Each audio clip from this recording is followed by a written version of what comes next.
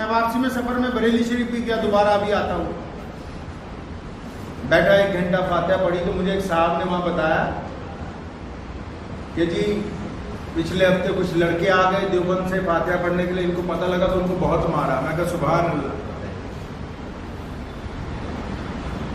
کل ایک اخبار میں بیان تھا کہ اہل سنت والجماعت سے جو لوگ تعلق نہیں رکھتے ان کے جنازوں میں شرکت نہ کی جائے, نکاح میں شرکت نہ کی جائے. جس دن ہلاکو خان نے بغداد کے اوپر حملہ کیا نا, یہ بریلوی اور دیوبندی دونوں وہ اس وقت کے جن کو شافعی اور حنبلی سمجھ لیجیے, تو بغداد کے چوراہے پر آدھے لوگ اس طرف کھڑے اور آدھے لوگ اس طرف کھڑے. اس بات پر بحث ہو رہی ہے کہ نماز میں رفع دین ہونی چاہیے یا نہیں ہونی چاہیے. رفع دین کہتے ہیں 2 ہاتھ اٹھانے رکوع سے پہلے. تو ایک مجاہد گیا, اس نے جا کے بتایا کہ ہلاکو نے حملہ کر دیا ہے تتاریوں نے, اور لاکھوں فوجیں باہر کھڑی ہیں, دروازہ توڑ رہی ہیں. تو اس وقت کے ایسے ہی بدبخت مولوی سرکاری کہنے لگے نہیں, پہلے اس بات کا تو فیصلہ ہو جائے کہ ہم سنی ہیں کہ دیوبندی ہیں. پہلے یہ فیصلہ تو کر لو کہ ہم کون ہیں. ہم تبلیغی جماعت والے ہیں, جماعت اسلامی والے ہیں, سنی ہیں, بریلوی ہیں, انصاری ہیں, پٹھان ہیں, قریشی ہیں, کیا ہے؟ اس بات کا تو فیصلہ ہو جائے گا. آپ اگر ابن بطوطہ کو پڑھیں گے, ابن خلدون کی تاریخ اگر کبھی آپ اٹھائیں گے, تو مفسرین نے لکھا ہے کہ بغداد کی گلی کوچوں میں جب تاتاریوں کے فوجی فتح حاصل کرنے کے بعد چل رہے تھے, ان کے گھوڑوں کی جو پونچھیں ہیں یعنی پیر جو ہیں گھوڑوں کے, وہ خون میں ڈوبے ہوئے تھے. اتنا خون گلی کوچوں کے اندر بہایا گیا تھا ایک دن. کیوں؟ کیونکہ یہ آپس میں ان میں اتفاق نہیں. دنیا میں مذاہب کی لڑائی نہیں ہے, عقائد کی لڑائی. دنیا میں کمزور اور طاقتور کے درمیان ایک جنگ ہے پوری دنیا میں, گھر سے لے کر حکمرانوں کے ایوانوں تک. تبھی تو رسول اللہ نے کہا کہ اللہ کریم کو کمزور مومن کی بنسبت طاقتور مومن پسند ہے. رسول اللہ نے کہا اللہ کو کمزور مومن کی بنسبت طاقتور مومن. دنیا کو کون لوگ پسند ہیں؟ آپ بتائیے, دنیا میں زیادہ لوگ کس کو پسند کرتے ہیں؟ چاہے ہندوستان ہو یا امریکہ ہو, جاپان ہو یا فرانس ہو, چائنا ہو یا ٹوکیو, لوگ اس کو پسند کرتے ہیں جو زیادہ طاقتور ہے. لوگ اس کو پسند کرتے ہیں جو اقتدار میں ہوتا ہے. جسمانی طور پر بھی لوگ اس کو پسند کرتے ہیں جس میں طاقت زیادہ ہو.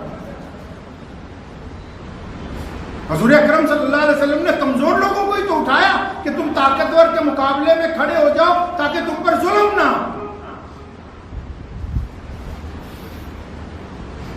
یہ کون سے عقائد اور نظریات ہیں؟ آپ کہتے ہیں, میں پوچھنا چاہتا ہوں دیوبندیوں سے بھی, بریلویوں سے بھی, دونوں سے, کتنے سال ہوئے تمہارے وجود کو؟ کسی کا کوئی میں بے عزتی کرنے کا ارادہ نہیں, میں پوچھنا چاہتا ہوں آخر کتنے سال سے تم وجود میں ہو؟ بتاؤ تو صحیح, تمہارا باپ کتنے سال پہلے اسلام کو لایا, اس کا باپ کتنے سال ہو گئے؟ اگر تمہاری تاریخ اٹھا کر دیکھنے لگوں گا نا ایک عام مسلمان کی طرح, تو 100 سال, 70 سال, 110 سال, 120 سال کے بعد تمہاری تاریخ دم توڑ جائے گی. دنیا کی تاریخ پر کوئی دیوبندی بریلوی نظر نہیں آتا ہے. اور رسول اللہ کا دین محمد الرسول اللہ سے جاری ہے. تم سے پہلے بھی اسلام قائم تھا, اور یاد رکھو تمہاری حرکتوں کے بعد اسلام باوجود تمہاری حرکتوں کے قائم رہے گا. تم مٹ جاؤ گے, اسلام مٹنے والا نہیں. بتایا تو صحیح نا کتنی جماعتیں ہیں. جماعت اسلامی کو پوچھا ذرا کتنی تاریخ ہے تمہاری؟ تم کہتے ہو ہم اسلام کا ڈنکا بچائیں گے, کس طرح رفع دین کرو. اہل حدیثوں سے پوچھو تم کب پیدا ہوئے, شیعوں سے پوچھو کب آئے تم دنیا کے اندر وجود, کب تم نے اپنے آپ کو سنی کہنا شروع کیا؟ اسلام کے نام پر گھور تماشا شروع کر رکھا ہے. جب کوئی مسلمان کسی غریب مسلمان کو گھیر کے بھیڑ مارتی ہے, اس وقت بلک بلک کے اپنے گھروں میں روتے ہو کہ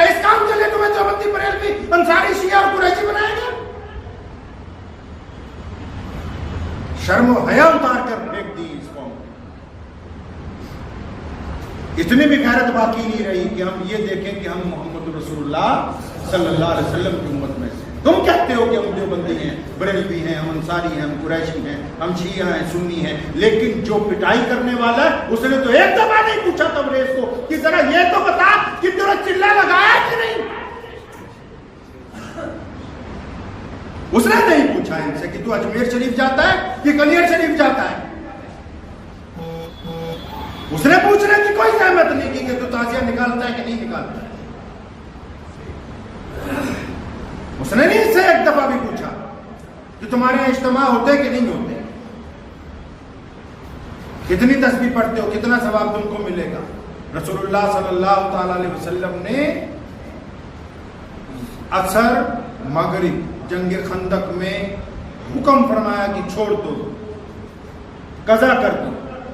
نمازیوں کو بتاتا ہوں جو کہتے ہیں کہ ہماری نماز نہ چھوٹ جائے، فرمایا پہلے دشمن کا مقابلہ ہوگا بعد میں پڑھو. میدان بدر میں فرمایا کہ روزہ توڑو، پتا آپ کو؟ میں روزہ توڑو. کیوں؟ اسلام باقی ہوگا، اسلام کو ماننے والے باقی ہوں گے. یہ اگر قائم رہیں گے تو یہ مسجدیں آباد ہوں گی، لوگوں کے درمیان دکھ درد ان کا بانٹیں گے. اگر ان کا وجود ختم ہو جائے گا تو پھر یہ تسبیحات، یہ سجدے، یہ کس نے کرنے ہیں؟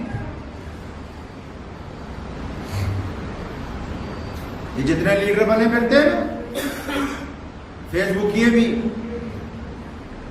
کہ جی قوم کو جوڑنے کی بات کریں گے، جوڑنے کی بات کریں گے. ان سب کو بولو ایک جگہ آگے اکٹھے ہو کے بیٹھ جاؤ، ذرا کوئی بات کرنی ہے تو سارے کہیں گے نہیں جی پردھان کون ہوگا پہلے یہ بتاؤ.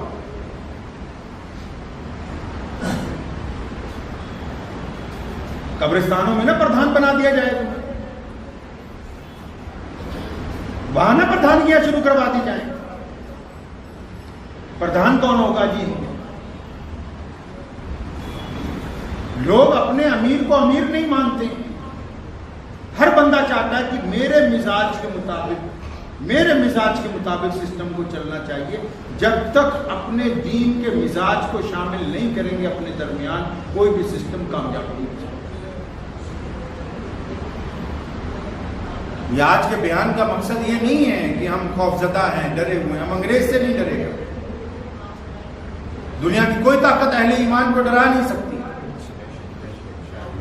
مقصد آپ حضرات کے ساتھ گفتگو کا یہ ہے کہ جتنے لوگ آن لائن بھی سن رہے ہیں ان کو بتانے کا مقصد ہمارا یہ ہے کہ آخر کب تک آپ صرف دین کو عبادت کے لیے استعمال کریں گے. دین عبادت کی چیز نہیں ہے، مکمل زندگی کو اپنانے کا نام. مساجد جو ہیں یہ صرف نماز پڑھنے کے لیے نہیں، یہ فلاح و بہبود کے ادارے ہیں، مسلمانوں کی طاقت اور عظمت کی علامتیں ہیں. آپ گلہ نہ کریں کسی سے. لوگ کہتے ہیں کہ ہم حکومت سے جا کے گلہ کریں گے جی فلاں نے یہ کر دیا، فلاں نے وہ کر دیا. اگر آپ اتفاق سے ہوں، آپ متحد ہوں، تو حکومت آپ سے پوچھنے آئے کہ آپ کو کس چیز کی ضرورت ہے. آپ میں اتفاق. سب سے پہلے ابتدائی ضرورت جو ہے حالات کے مطابق اسلام کو سمجھنے کی. میں علماء کرام سے بھی جو اہل حق علماء ہیں پورے ملک میں، ان حضرات سے بھی میں گزارش کرنا چاہتا ہوں کہ حالات کے مطابق اسلام کی ترجمانی کرنے کی ضرورت ہے کہ حالات کیا کہتے ہیں. قوم کو جس علاقے میں، جس خطے میں جس چیز کی ضرورت ہے اس کے مطابق مسلمانوں کی قیادت ہونی چاہیے. مسلمان ایک ایسی قوم ہے دنیا میں کہ جس نے کبھی بھی کسی حالت میں اپنے قائد کے ساتھ، اپنے لیڈر کے ساتھ، اپنے امام کے ساتھ بے وفائی نہیں کی. پتہ ہے دنیا کے تمام میدان اس بات کے گواہ ہیں کہ مسلمانوں نے کبھی اپنے قائد کے ساتھ بے وفائی کی. قائد نے ان کو جو بات کہی انہوں نے اس پہ لبیک کہا. وہ الگ بات ہے کہ جب پوری قوم سجدے میں گئی آگے سے قائد بھاگ گیا. تو قائد کو یہ ضرورت ہے اس ملک میں کہ ہم اپنی ترجمانی صحیح انداز کے اندر اپنی ملت کے سامنے بھی رکھیں، اپنی حکومت کے سامنے بھی رکھیں. یہ ضروری نہیں ہے اس بات کو یہ سمجھنا کہ شاید سارے لوگ ظالم ہیں، ایسا نہیں ہے. گنڈا عناصر جو ہوتے ہیں وہ تھوڑے سے ہوتے ہیں، لیکن وہ تھوڑے سے گنڈے اس لیے زیادہ چلاتے ہیں کیونکہ اچھے انسان خاموش ہیں۔ یہ ضروری نہیں ہے کہ ہم یہ سمجھیں کہ پورے ملک میں جو لوگ ہیں وہ خراب ہیں، نہیں، 100 میں سے 10 لوگ ایسے ہوتے ہیں جو معاشرے کو، جو امن کو برباد کرنا چاہتے ہیں، لیکن وہ اس لیے ان کے حوصلے بڑھ جاتے ہیں کیونکہ 90 لوگ خاموش ہیں۔ آپ اگر حق اور انصاف کے لیے آواز اٹھائیں گے تو اس ملک کے انصاف پسند ہندو، اس ملک کے انصاف پسند سکھ، اس ملک کے انصاف پسند دلت، اس ملک کے انصاف پسند عیسائی، اس ملک کے الگ الگ جو کروڑوں اربوں لوگ ہیں وہ آپ کے کندھے سے کندھا ملا کے کھڑے ہوں گے، لیکن بشرط یہ ہے نا کہ مدعی سست گواہ چست والا معاملہ۔ اب مدعی کہے جی نہیں میں تو رونا ہی ہے بیٹھ کے، میں نے تو بین کرنی، تو گواہ کیا کہے گا؟ کوئی بات نہیں، پھر آپ روتے نہیں، ہم کیا کر سکتے ہیں، ہم نے تو گواہی دینی تھی آپ کے ساتھ چلے، اس بات کی کہ واقعی آپ کو ظلم ہوا، اس کو انصاف ہونا چاہیے۔ تو اس لیے یہ جو گورکھ دھندا شروع کر رکھا ہے اس کو بند کیجیے۔ کون سا ایک دوسرے کی ٹانگ کھینچنے والا، برادری کے نام پر، مسلک کے نام پر ایک دوسرے کو ذلیل کرنے کا یہ جو دھندا شروع کر رکھا ہے، جس میں سوائے آدھا کلو 2 کلو حلوے کے کچھ حاصل نہیں ہوگا، ان کو اس دھندے کو بند کیجیے۔ یاد رکھیے کہ اللہ تعالیٰ ان قوموں کی حالت نہیں بدلتا جو اپنی حالت خود نہیں بدلنا چاہتے، اللہ تعالیٰ ان کی مدد کرتے ہیں جو اپنی حالت خود بدلنا چاہتے ہیں۔ اللہ کریم جو ہے بلا شبہ اللہ کا پسندیدہ دین اسلام ہے، حضور اکرم صلی اللہ علیہ وسلم خاتم النبیین ہیں، لیکن اہل ایمان اگر اس کے اوپر کاربند نہیں ہوں گے تو اللہ کی مدد نہیں آئے گی۔ تو اس لیے ضروری ہے کہ ہم اپنا وتیرہ حضور اکرم صلی اللہ علیہ وسلم کے حکم کے مطابق کریں گے انشاءاللہ۔